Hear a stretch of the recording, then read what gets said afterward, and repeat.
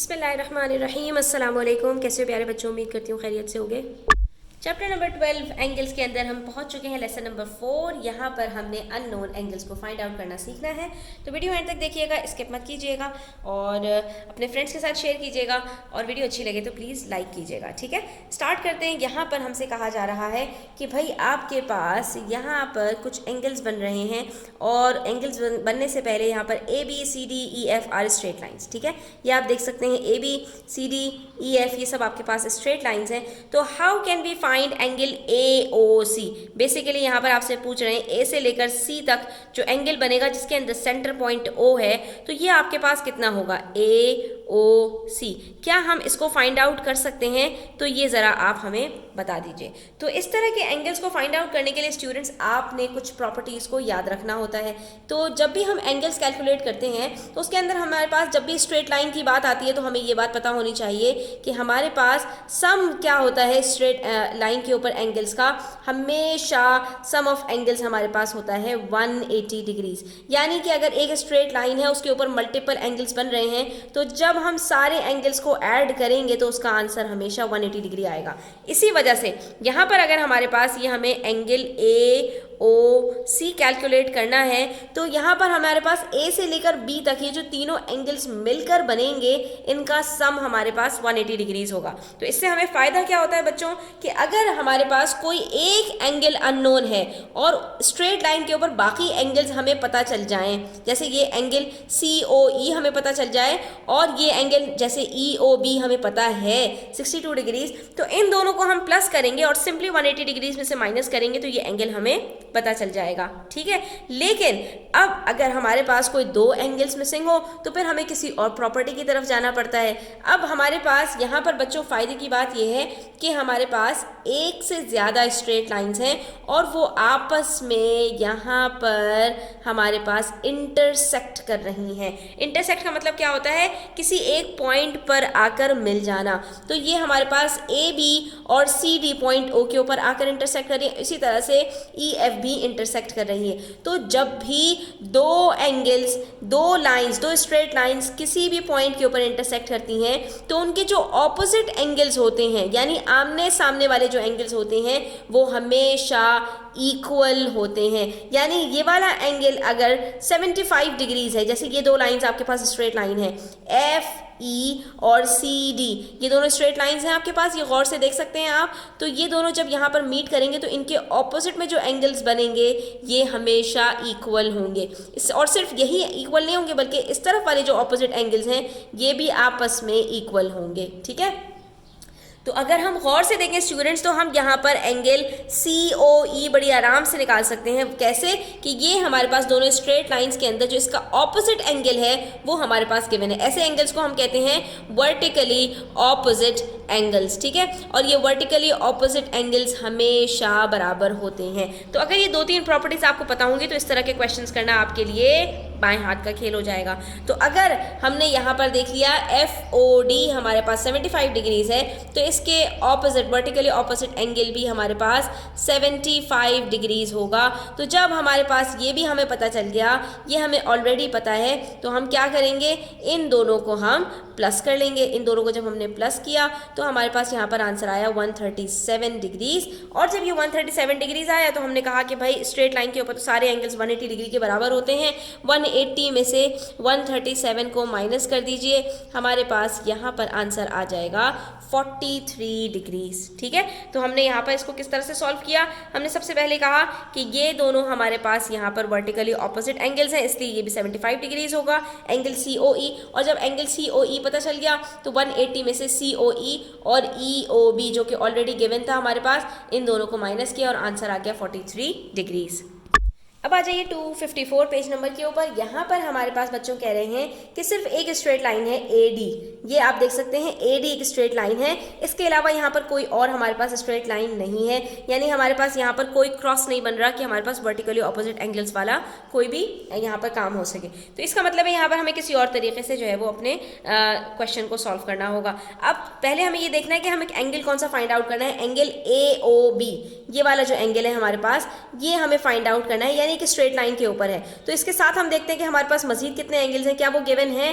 तो ये angle BOC ये तो गिवन है, लेकिन ये वाले एंगल की बात करें COD तो ये हमारे पास यहाँ पर गिवन नहीं है। तो हमने सबसे पहले इसको फाइंड आउट करना है। जैसे ही हमें ये पता चलेगा तो हम इन दोनों को प्लस करेंगे और 180 में से माइनस करेंगे तो ये एंगल AOB हमें पता चल जाएगा।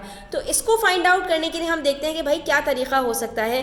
तो अगर बच्चों आप गौर से देखें तो ये एंगल COE जो हमारे पास है, इसके अंदर एक डब्बा बना हुआ है। इसका मतलब ये है कि ये हमारे पास 90 डिग्रीज का एंगल है, जो कि COE के अंदर हमारे पास 90 डिग्रीज है और स्प्लिट हुआ है एक लाइन से दो एंगल्स के अंदर। यानी ये एंगल COD और DOE दोनों मिलकर 90 डिग्रीज बन रहे हैं, जिसमें से एक एंगल इन्होंने आपको बता दिया कि ये DOE 49 डिग्रीज है। तो ये एंगल कितना होगा? वेरी सिंपल, 90 में से 49 को माइनस कर दीजिए और आंसर आ जाएगा आपके पास 41 डिग्रीज। इसका मतलब है कि ये जो COD है ये हमारे पास 41 डिग्रीज का है। तो देखा आपने कितना सिंपल था कि हमने ये वाला एंगल वर्टिकली ऑपोजिट एंगल नहीं था, लेकिन हमें एक और प्रॉपर्टी पता थी कि अगर कहीं राइट एंगल होता है तो वो हमारे पास 90 डिग्रीज का होता है। स्प्लिट हुआ है दो एंगल्स में, एक एंगल गिवन है तो 90 में से माइनस करके उसको निकाल लिया।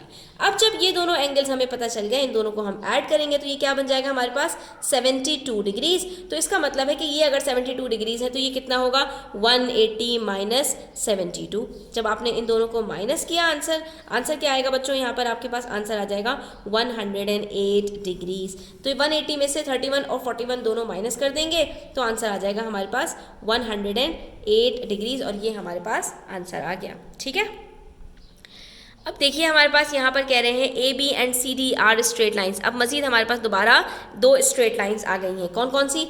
AB और CD। इसका मतलब है कि ये जो एंगल Z बन रहा है इसके ऑपोजिट में हमारे पास दो एंगल्स बन रहे हैं। तो ये एंगल और ये एंगल 60 और Y ये दोनों मिलकर बराबर होंगे। ठीक है, इसी तरह से हमारे पास ये जो स्ट्रेट लाइन के अंदर राइट और लेफ्ट में दो एंगल्स बन रहे हैं, एंगल X और एंगल 70 डिग्रीज, ये दोनों भी आपस में इक्वल होंगे। यानी अगर एक 70 डिग्री गिवन है तो दूसरा भी कितना होगा 70 डिग्रीज। तो हमने यहीं से मार्क कर लिया। ठीक है, हमसे कह रहे हैं find the unknown marked angles. इसके अंदर हमारे पास 3 एंगल्स मार्क्ड है जिसमें से एक हमने पता लगा लिया।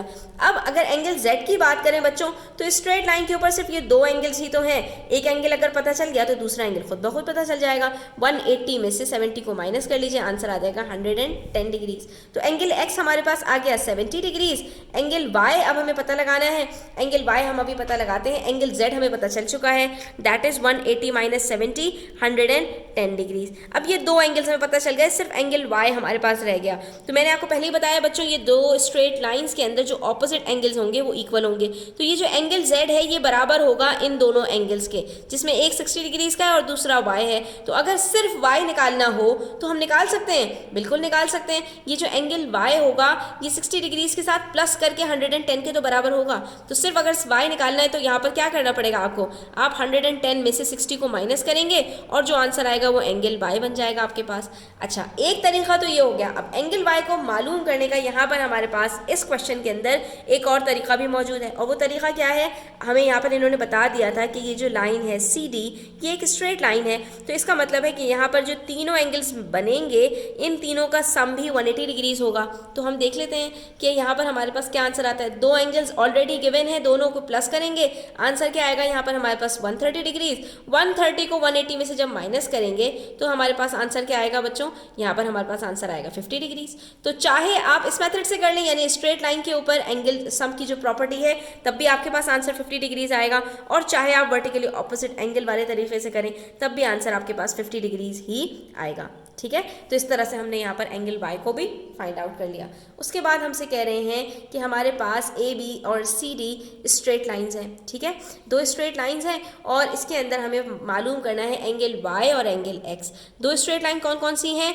AB और दूसरी लाइन है हमारे पास CD। यानी कि ये वाली लाइन और ये वाली लाइन हमारे पास अगर इक्वल स्ट्रेट लाइंस हैं और ये मीट कर रही हैं इस पॉइंट पर, तो इसका मतलब है कि ये वाला जो एंगल बना है इसके ऑपोजिट में जो एंगल X है ये दोनों बिल्कुल बराबर होंगे।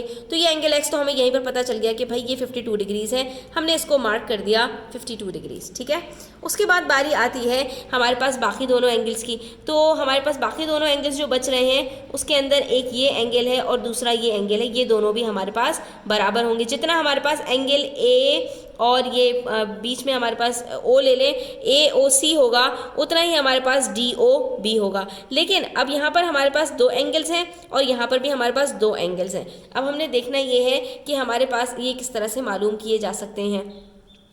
अब यहाँ पर बच्चों अगर आप गौर से देखिए तो ये एक स्ट्रेट लाइन है, ठीक है, ये एक स्ट्रेट लाइन है और इसके अंदर हमारे पास तीन एंगल्स बन रहे हैं। एक डब्बा है, ये 90 डिग्रीज हो गया, यहीं पे इसको मार्क कर दीजिए, ठीक है। एंगल एक्स हम ऑलरेडी फाइंड आउट कर चुके हैं 52 डिग्रीज, तो एंगल वाई मालूम करना क्या मुश्किल बात है, सिंपल है। 180 में से हम माइनस कर देंगे 90 डिग्रीज को, बचेगा 90 डिग्री और उसमें से मजीद 52 डिग्रीज को जब माइनस करेंगे तो हमारे पास यहाँ पर आंसर आ जाएगा 38 डिग्रीज। तो इसका मतलब है कि ये एंगल वाई हमारे पास 38 डिग्रीज है। अब आप इनको प्लस करके भी देख लीजिए, 38 प्लस 52 हमारे पास होता है 90, 90 प्लस 90 हो जाता है 180, तो इसका मतलब है कि ये 180 डिग्रीज हो जाएगा। यहाँ पर भी हम 180 में से 90 और 52 को जब माइनस करेंगे तो ये आंसर हमारे पास 38 डिग्रीज आ जाएगा, ठीक है स्टूडेंट्स। तो यहाँ पर आप इसको चाहे तो वेरीफाई भी कर सकते हैं। कैसे वेरीफाई करेंगे कि यहाँ पर आपके पास ये दोनों भी वर्टिकली ऑपोजिट एंगल्स हैं, ये क्योंकि दो स्ट्रेट लाइंस हैं, तो ये वाला जो एंगल है आपके पास स्टूडेंट्स ए से लेकर सी तक और दूसरी तरफ आपके पास डी से लेकर बी तक, ये दोनों एंगल्स भी आपके पास वर्टिकली ऑपोजिट एंगल्स हैं, तो ये भी इक्वल होने चाहिए। और इसके लिए आप देख सकते हैं कि यहाँ पर ये एंगल हमारे पास दो एंगल से मिलकर बन रहा है, 90 प्लस 38 ये होता है हमारे पास 128, तो ये भी दोनों एंगल्स मिलकर 128 बनने चाहिए। तो अगर इसमें से एक 25 है तो दूसरा कितना होगा, 128 माइनस 25, ये बनता है 103 डिग्रीज। और जब आप ये देखेंगे कि ये स्ट्रेट लाइन है, तीनों एंगल्स को जब आप ऐड करेंगे स्टूडेंट्स तब भी आपके पास आंसर 180 डिग्रीज आएगा। इससे प्रूफ होता है कि हमारा जो क्वेश्चन है वो बिल्कुल सही है। आज के लिए इतना ही, इंशाल्लाह नेक्स्ट वीडियो में हम पेज नंबर 255 को भी सॉल्व करेंगे। तो वीडियो अच्छी लगी हो लाइक कीजिएगा, अपने फ्रेंड्स के साथ शेयर कीजिएगा, चैनल सब्सक्राइब नहीं किया तो सब्सक्राइब कर लीजिए। अपना ख्याल रखिएगा, अल्लाह हाफिज़।